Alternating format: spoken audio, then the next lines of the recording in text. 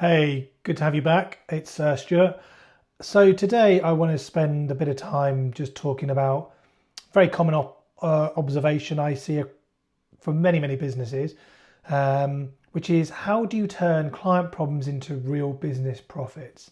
So I just want to make a bit of a short video, just a 10-minute video, I think, just on some of the key things that I see and how maybe hopefully you can take some of these approaches and help your business generate more revenues. So who am I? Stuart Juggins. I'm a business transformation consultant, coach.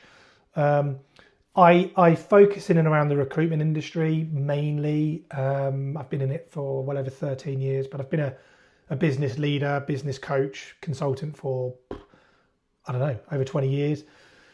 In the past, 6 years, I've helped well over 40 companies deliver and achieve in excess of 330 million in new revenues through the principles that I'm about to share with you. Actually, so one of the key things is all about problems equating to profits.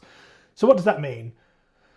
Well, a lot of the time, a lot of the business I go into, they are focused on servicing a need. So in recruitment, if you're not aware of how recruitment really works, the need is hiring a candidate, hiring an individual for something. And that can either be a full-time individual, it could be multiple individuals, but it could be on a full-time basis, or it could be on a part-time or a contract basis. Predominantly those are the two. And there are other ways that the recruitment market services those clients.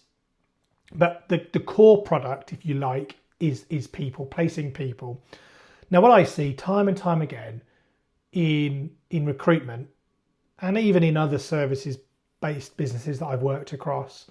So I've always worked in the service type industry, professional services, and services is all about you're providing advice or expertise to overcome a problem, typically driven through using humans, human elements. It's not about selling products. It's not about selling, bottles or whatever. That's product driven type businesses. And yes, you can productize how you sell services, but that's a topic for another day. So, excuse me, turning client problems into profits. So I go into these businesses and I help them look, and to give you an example, I was working with a client a few years ago who very good in their market. They worked in the IT security sector. So a lot of IT security, high-end IT security engineering, cyber security, very hot topic. And they were placing a lot of candidates into that market. But what they were finding was that their residual recurring income, if you like, from their clients was almost nothing. So great at finding the candidates, great at placing the candidates, but unless that client had another requirement to hire an individual, they ultimately couldn't service that client. So they had loads of great names on their books, huge businesses, a lot of the big banks and financial service organisations. And I can't name my clients, unfortunately, because of NDA. But one of the things they wanted to look at is how do we just get more stickiness, more tenure, better relationship, lifetime value, I call it, with their clients. So I came in and I helped look at what they were doing, what skills they were deploying into the market. And what it came down to really was that they weren't really servicing the core problem that the client had. One of the problems was we need individuals. The other problem, there were quite a few problems, but one of the other big problems was just how do they scale those teams? And so what was happening in the background was they were onboarding and offboarding quite a lot of third parties, a lot of consultancies, and that caused a lot of disruption. So whenever they would onboard a consultancy, they'd have to go through a massive learning curve. Whenever that consultancy finished, they'd have a massive dip in process and productivity. And that's when they'd come to this client of mine and go, oh, well, we need a contractor to get us through. So we started having conversations and uncovering the problem, looking at the problem. And the problem here was very up and down, right? You got demands from the business, then you've got a massive, troughs, peaks and troughs of demand of, skills required, what the business is doing, how that consultancy is impacting them. So what we decided and what we approached the client with is, well, why don't we manage that process? Why don't we manage the onboarding and offboarding of the consultancy? So we'll do that for you. We'll continue to service you by providing you candidates. We'll still do the contractors. We'll still hire you permanent individuals when you need them. But when the consultancy comes on and off, our job will be to manage that talent mapping and that knowledge transfer process. So we'll do that for you. And what we'll do is we'll charge you a recurring monthly fee to do that. So we'll have somebody in our business, a knowledge transfer expert, who's going to manage that as an ongoing service. And you'll pay a fixed fee every month to do that. And when it gets busier, we'll manage the demand. And when it gets quieter, we'll manage the demand. And the client loved the idea of that. So they managed to sell that service.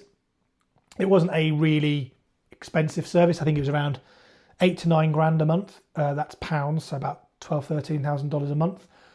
But what was key here is the time that my client's L&D, so learning and development manager, had to spend on that was probably 3-4 days a month. That's all the time they'd spend. There'd be periods of time where that would ramp up to probably 10-15 days a month, probably every 4 or 5 months. I think that would happen. But the key thing here is it was that stability of service. It was that continuity.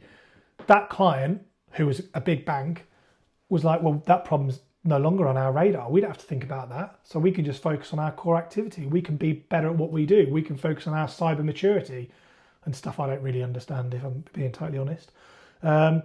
But the key thing there was a core problem that client hadn't understood because they hadn't asked and approached the questions.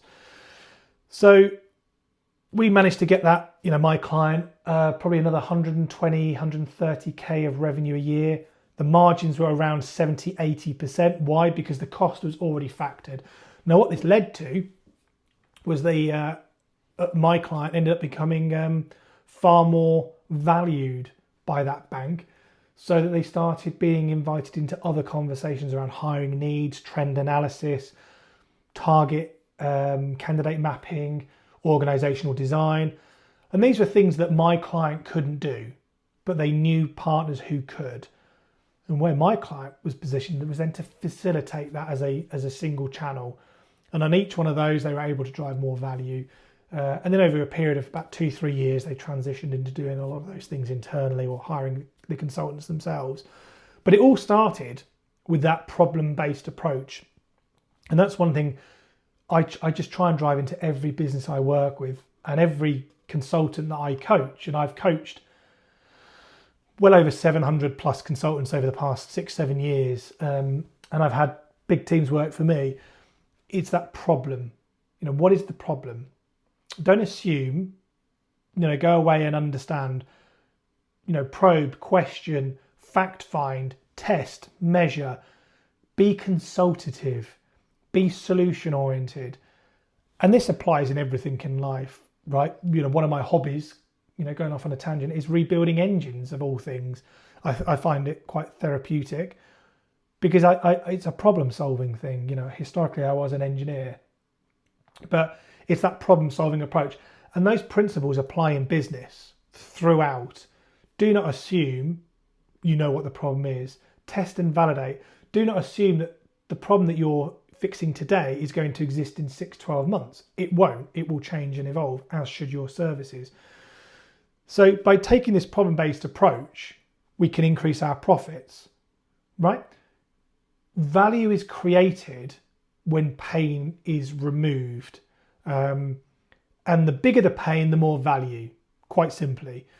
So if we want to push our value up, if we want to create our margin position, so common margin position for recruitment is around 18 to 20% for hiring. Every single client that works with me, I have got them up to high 20s. Some clients, mid 30s to mid 40s. So I'm not only increasing the revenue position, I'm increasing the actual profitability, what drops to the bottom line. And it all boils down to this core concept, this core principle of problem solving. If you don't know the problem, you can't add the value. Yes, you can have a business, and yes, your business can do okay, but just think how much better it could be if you actually took this problem-oriented approach. And so what I do with a lot of my clients is I spend a lot of time on upskilling from the very top, the business leaders. I work with the boards and the C-suite all the way down on being more consultative, being problem oriented, have a solution mindset. If you're looking to develop a business plan, think about the problems it's going to address. If you're trying to create a vision, think about the problems that you're going to overcome on the journey. The more you can get in tune with that, the better that you'll be in a position to service your client with real long-term value. And that's where we want to be, is like, long-term value-driven relationships. So look, hopefully that's helped. A bit of a shorter video. If you're new to the channel, thank you for tuning in. Any comments, I would love to hear those. I think this is my third or fourth video I've done, and it is a little bit odd talking to yourself. But hopefully I can share some wisdom, share some lessons learned that you can then take and apply to your business. And if you're in recruitment, even better. This is totally applicable to you. Recruitment has to evolve to be more problem oriented, to be more value driven, to be more consultative. If it doesn't, the recruitment industry is dead, especially if AI, when AI comes along, well, it's already here. Anyway, once AI gets up to full speed. So thank you again for tuning in. Please come back. And if you'd like me to talk about anything in the future around business transformation, revenue creation, evolution, problem solving, whatever, feel free to drop a comment below, and have a great day.